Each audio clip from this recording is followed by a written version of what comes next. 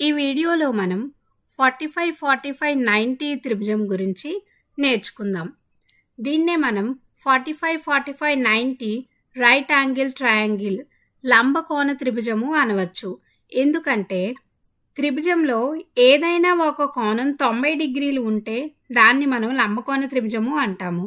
ఇక్కడ 45, 45, 90 అనేవి degrees of angles అంటే త్రిభుజంలోని కోణాలు.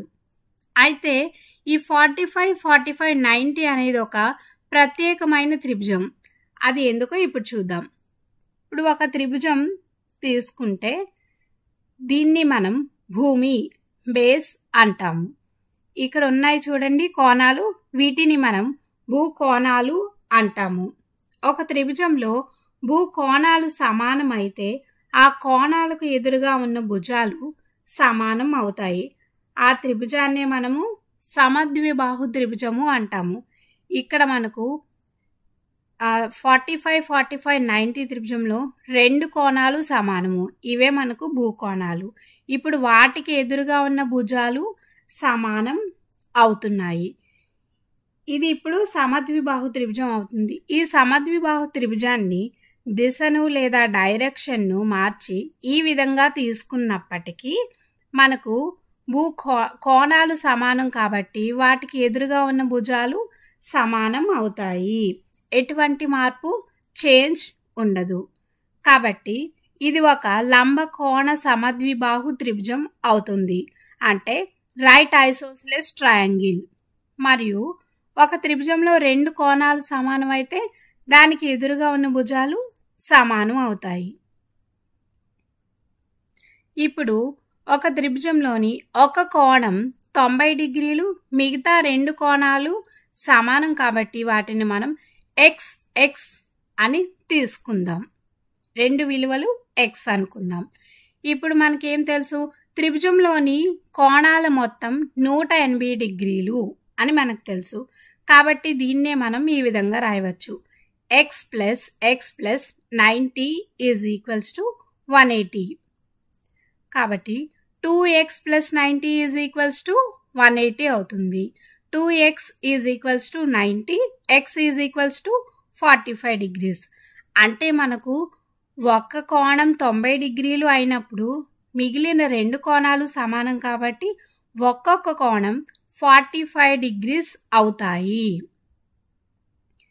ఇప్పుడు 45, 45, 90 త్రిభుజంలోని భుజాల యొక్క సంబంధం గురించి తెలుసుకుందాం.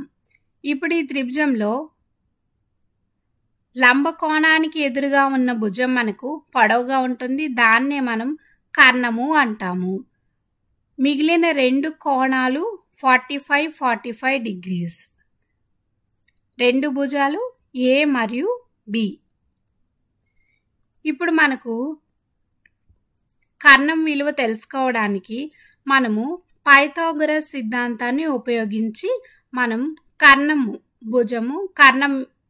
తెలుసుకోవచ్చు, కర్ణం విలువ తెలుసుకోవచ్చు. పైథాగరస్ సిద్ధాంతం మనకి ఏం చెప్తుంది, ఒక త్రిభుజంలోని కర్ణం యొక్క వర్గం మిగిలిన రెండు భుజాల వర్గాల మొత్తానికి సమానం. దీన్నే మనం a² + b² is equals to c² రాయవచ్చు.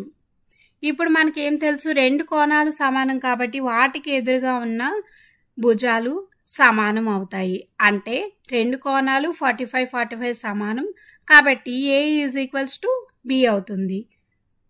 ఏ ప్లేస్లో మనం bని ప్రతిక్షేపిస్తే b² + b² is equals to c² అవుతుంది. 2b² is equals to c² అవుతుంది. b² is equals to c²/2, b is equals to √c²/2. కాబట్టి b is equals to c/√2. అంటే కర్ణము విలువ అనేది భుజము కంటే √2 రెట్లు ఎక్కువగా ఉంటుంది. ఇప్పుడు మనం చూస్తే b is equals to c/√2 అయింది. అంటే హారంలో √2 విలువ వచ్చింది. కాబట్టి మనం హారాన్ని ఇక్కడ అకరణీయం చేద్దాం, అంటే రేషనలైజ్ చేద్దాం.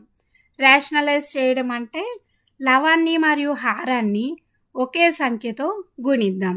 ఇప్పుడు మనం b ఈజ్ ఈక్వల్స్ టు c/√2ని √2తో గుణిద్దాం. b is equals to c/√2 into √2/√2. కాబట్టి b is equals to √2c/2 అవుతుంది. మనకు రెండు భుజాలు సమానం కాబట్టి a is equals to b is equals to √2c/2 అవుతుంది. ఇప్పుడు ఒక ఉదాహరణ తీసుకుందాం. ఒక 45-45-90 త్రిభుజంలో ఒక భుజం 8 సెంటీమీటర్లు అని ఇవ్వబడింది అనుకుందాం. అయితే కర్ణముని కనుగొనుము. మనకు ఇచ్చిన త్రిభుజంలో రెండు 45-45 కోణాలు మరియు ఒక కోణం 90 డిగ్రీలు, ఒక భుజం మనకు 8. అయితే కర్ణం విలువ కనుగొనాలి. మనకు ఈ త్రిభుజంలో రెండు కోణాలు సమానం కాబట్టి వాటికి ఎదురుగా ఉన్న భుజాలు ఏమవుతాయి? సమానం అవుతాయి. అంటే మిగిలిన రెండు భుజాలు సమానము. కర్ణం విలువ ఇప్పుడు మనం తెలుసుకోవాలి. a is equals to b is equals to √2c/2 అనే సూత్రాన్ని ఉపయోగించి ఇప్పుడు మనం కర్ణం విలువ కనుగొందాం.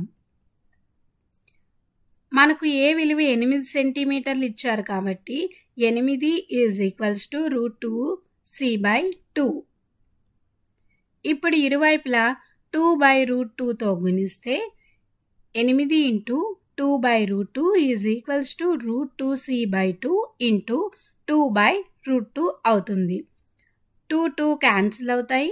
అలాగే √2 క్యాన్సిల్ అవుతే మనకి c ఈజ్ ఈక్వల్స్ టు 16/√2. ఇప్పుడు మనకు హారంలో √2 విలువ వచ్చింది కాబట్టి ఇప్పుడు మనం హారాన్ని అకర్ణీయం చేద్దాం, అంటే రేషనలైజ్ చేద్దాం. లవాన్ని మరియు హారాన్ని √2తో గుణిద్దాం, అంటే c is equals to 16/√2 into √2/√2. అప్పుడు c is equals to 16√2/2, c is equals to 8√2 అవుతుంది. ఈ విధంగా మనం ఒక భుజం తెలిస్తే కర్ణము అలాగే మిగిలిన భుజం కూడా మనకు ఈ సూత్రాన్ని ఉపయోగించి కనుగొనవచ్చు. ఈ వీడియోలో మనం ఏం నేర్చుకున్నాం? ఒక త్రిభుజంలో రెండు కోణాలు సమానం అయితే దానికి ఎదురుగా ఉన్న భుజాలు సమానం అవుతాయి. అలాగే కర్ణము ఈజ్ ఈక్వల్స్ టు √2 ఇంటూ భుజము. ఈ 45-45-90 త్రిభుజంలో కర్ణము అనేది భుజము కంటే √2 రెట్లు పెద్దదిగా ఉంటుంది.